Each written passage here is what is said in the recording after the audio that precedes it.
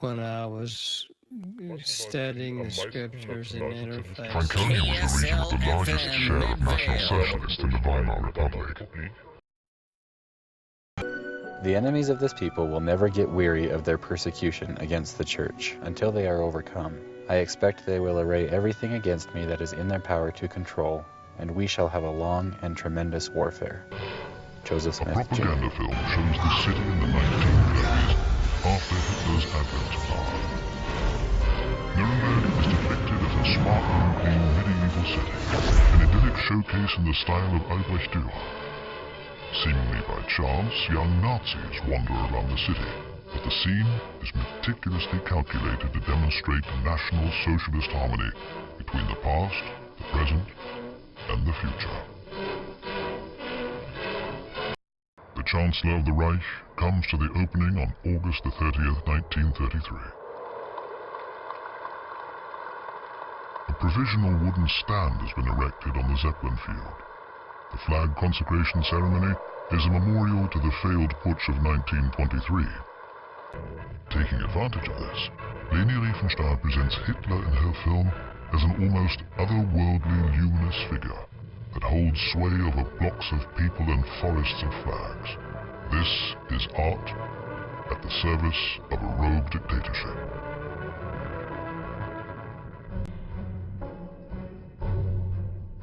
He builds in order to capture his time and its spirit for posterity. In the end, great eras in history are remembered only through the monumental structures they created, he explains. The individual is reduced to a tiny ornament in these immense grounds. He's supposed to line up in formation and commit himself to criminal policies as a member of the so-called Volksgemeinschaft, the national community. And those who were considered enemies of the people, the subhumans and others, were excluded and eventually eliminated. The Führer leaves it to Hermann Göring to announce the new laws during an extraordinary session of the Reichstag. Artikel 1. Die Reichsfarben sind schwarz-weiß-rot. Artikel 2. Reichs- und Nationalflagge ist die Hakenkreuzflagge, die ist zugleich Handelsflagge. Reichsbürger ist nur der Staatsangehörige deutschen oder artverwandten Blutes, der durch sein Verhalten beweist, dass er gewillt und geeignet ist, in Treue dem deutschen Volk und Reich zu dienen. Eheschließungen zwischen Juden und Staatsangehörigen deutschen oder artverwandten Blutes sind verboten.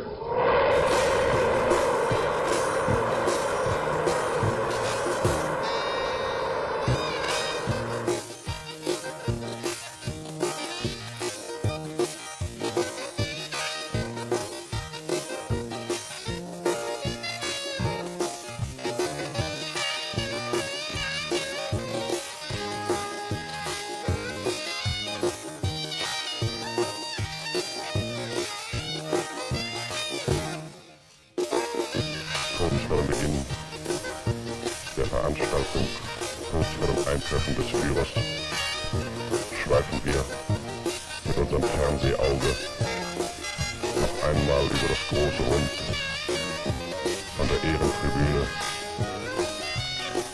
auf einen der beiden Adler und auf die Standarten der SA und des NSKK, die heute geweiht werden zur Führerkanzel. After a visit to the Nuremberg rally, the French ambassador to Berlin, Robert Colombre, declares that the combination of magical parades, mysticism and exaltation had made such an irresistible impression on him that he converted to National Socialism at once.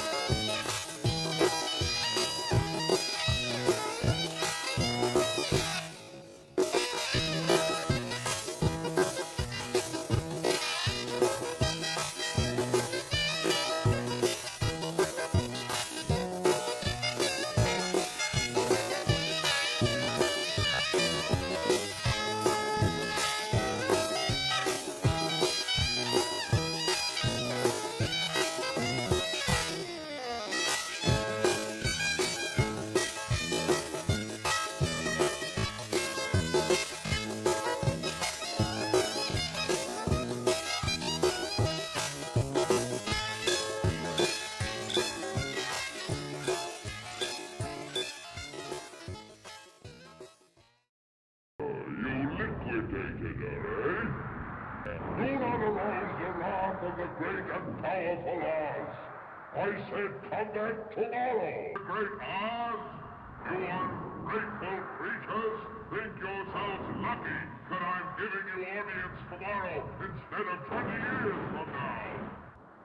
Pay no attention to that man behind the curtain. One thing that I was interested in is kind of maybe doing a little 101, this is what you should be prepared for if you choose to attend one of the meetings. And it was Senator Hilliard who basically said, unless participants in the town hall meetings bring new ideas to the table, that's all we'll talk about. And what he's referring to is adding sales tax to a wide range of services while cutting sales and income tax rates. In other words, if you're not here with a new idea, basically we're going to be talking about what was originally discussed fundamentally in your bill. And then he said, we don't want to get into, just discussing and hearing complaints.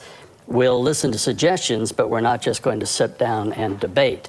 But I think everything's on the table. Many are talking about restoring the full sales tax on food. Mm-hmm. Some are talking about a statewide property tax. Many other, there's probably 10 or 12, I would say, solid ideas that are going to be on the table. So I'm hoping that the people will come to share their opinions on some of those things, as well as some things maybe we haven't looked at thus far. Let's talk about Mitt Romney. Okay. The man who may well become the most powerful man on earth. Mm-hmm.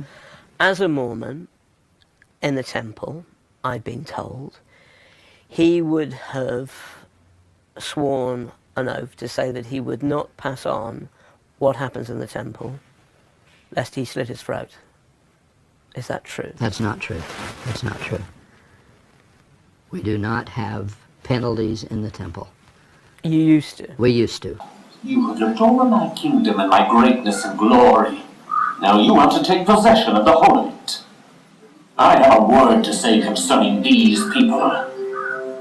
If they do not walk out to every covenant they make at these altars in this temple this day, They will be in my power. Salt Lake City Mayor Jackie Biskupski is making it clear that police officers will not cooperate with ICE in the event that such an operation does continue. Mayor Biskupski sent out a number of tweets saying she and Salt Lake City Police Chief Mike Brown made an agreement a couple of years ago. They say police will not enforce federal immigration policy or inquire about immigration status. Mormons arrive for church services. Self-described post-Mormons crowd a local coffee shop. It also makes it easier for people who have left, but their families don't know that they've left. They know that if they go to a coffee shop, it's very unlikely that word is going to get back to their family. Like many young Mormon men, Edward Hofer served his church as a missionary, but in his late 20s, he started to doubt what he'd been taught. Eventually, I decided, okay, well, let's examine some of these doubts. Let's look at some of these questions objectively. And as soon as I started doing that, things unraveled very quickly, and I realized I couldn't believe anymore. The Book of Mormon, it says, was revealed to the church's founder, Joseph Smith, when God and Jesus Christ appeared to him in upstate New York in 1820. According to Mormon teaching, Smith also translated another text, the Book of Abraham, from the Old Testament prophet's own writings on an Egyptian papyrus. But scholars say the surviving fragments are from an ordinary funerary scroll, and in the age of Google, that information is easy for questioning Mormons to find. It was an old papyrus, not nearly as old as they said it was. It wasn't written by Abraham. It wasn't even about Abraham. And so that sort of knocked me upside the head. I really had to reevaluate everything at that point. It was shocking to me, but I did. Another shock for many Mormons was learning that Joseph Smith took as many as 40 wives, some of whom were married to other men, and didn't always tell his first wife, Emma. One of the new wives was just 14. It's hard to know how many others have left. The church only tracks those who formally withdraw, and officials say that number is shrinking. But by some estimates, 50,000 members or more drop out every year in the United States alone. The way I look at it is history is history. We want people to understand the history of this church. That's why these essays have been written. That while he was being attacked, several individuals that talked with him about this event later said that his spirit left his body and that he could look down on the event while it was happening. So he had this out-of-body experience for a brief period of time until he went back. When Joseph was dragged out the door was left open. And Joseph and Emma's 11-month-old son, Joseph Murdoch, already ill with the measles, was left exposed to the bitter cold. He died 6 days later, a martyr to the faith. One was that he recognized he was vulnerable and that he could be killed. The second was that he saw the importance of getting these revelations out and published as soon as possible so that people could understand their content and that they could make sense of them through reading and not just hearing gossip from others. So he moved quickly to publish the revelations. One of the counselors to the first presidency disappeared at about this same period of time. Shortly after this, he walked out of church history, and we don't know what happened to him or where he went. Meanwhile, April the 14th, 1832, in Minden, New York, a young man of great promise was baptized into the church. This young man would become one of the pillars of the Restoration. His contribution incalculable. His name, Brigham Young. Was it news? Maybe you needed a push. Now you know. Well, I think we covered it pretty well. Apparently we didn't delve deeply enough. Well, you think salvation is a burden, but it's not. It's a gift. In the early days, men were wicked, but I gave you another chance, a new set of rules. Now, the law was clear, but still the path to me was indirect and difficult. But all that changed one day long ago in Bethlehem, and it was good news. When they're attacking him, Joseph has an out-of-body experience where he's able to look down on himself and see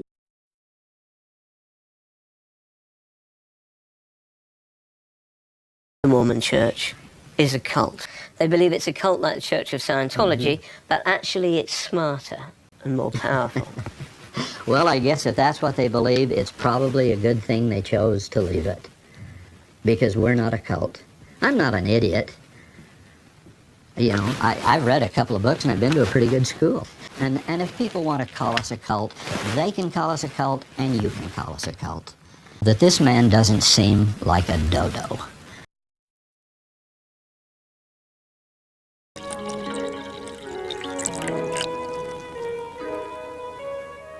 Are you sure?